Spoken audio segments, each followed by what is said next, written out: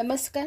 April 2025 मधील निधन वार्तामध्ये आपण बघणार आहोत MGS नारायणन. बघा, काही काही प्रश्नांमध्ये आपल्याला वाटतं आपल्याला माहिती नाही आहे, आपलं पाठ होईल की नाही. तर अगदी साधा प्रश्न विचारला जातो. प्रश्न कसा विचारला जातो की MGS नारायणन नेमके कोणत्या क्षेत्राशी संबंधित आहेत. तर ते प्रख्यात इतिहासकार आहेत किंवा मग असं विचारलं जातं त्यांचं पूर्ण नाव काय. ठीक आहे.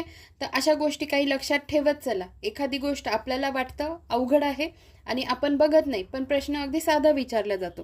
तर त्याच पद्धतीने MGS नारायणन यांच्याविषयी मी तुम्हाला काही गोष्टी सांगणार आहे की ते नेमके कोणत्या राज्यातले होते, त्यांचं निधन कधी झालेलं आहे, त्यांचे काही पुस्तकं आहेत आणि मग तेवढ्या ह्याच्यात आपला जो मेन टॉपिक आहे तो कव्हर होऊन जाईल. बघा, MGS नारायणन निधन त्यांचं 26 एप्रिल 2025 रोजी वयाच्या 93व्या वर्षी झालं. प्रख्यात इतिहासकार आहेत ते. पूर्ण नाव Muthathil Govinda Menon Shankara Narayanan. Indian council of historical research ICHRचे ते माजी अध्यक्ष. ठीक आहे. पद्मविभूषण 1999ला त्यांना मिळालेलं आहे. सोबत आपण काही गोष्टी त्यांच्या लक्षात ठेवूया. बघा, ह्या गोष्टी नीट बघा ज्या मी आता दाखवते आहे ते. तर मुथय्यल गोविंदा शंकरा नारायणन 20 ऑगस्ट 1932 ते 26 April 2025 was an Indian historian, academic and political commentator.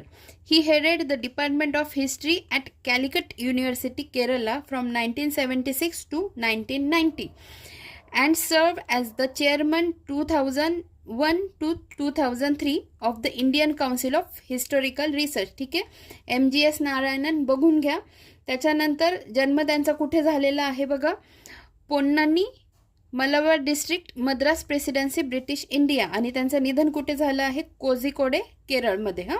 पुढे बघा, त्यांचे मला पुस्तकं तुम्हाला दाखवायचे आहेत. त्यांचे असे 9 पुस्तकं महत्त्वाचे आहेत, पण त्यातले हे 3 लक्षात ठेवा.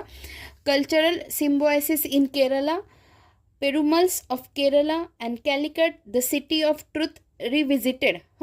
ही पुस्तकं त्यांची आहेत. आता बघा, एकदा नजरेखालून गेल्यावर काही अवघड वाटतंय का, यांच्यावर प्रश्न आला तर 100% आपलं याच्यावरचं उत्तर सुटणारच आहे. तर ह्या गोष्टी ॲटलिस्ट जेवढ्या मी तुम्हाला सांगते आहे, दाखवते आहे, ते ॲटलिस्ट पाठ करून घ्या. कोणतीही गोष्ट ऑप्शनला नका टाकत जाऊ. धन्यवाद.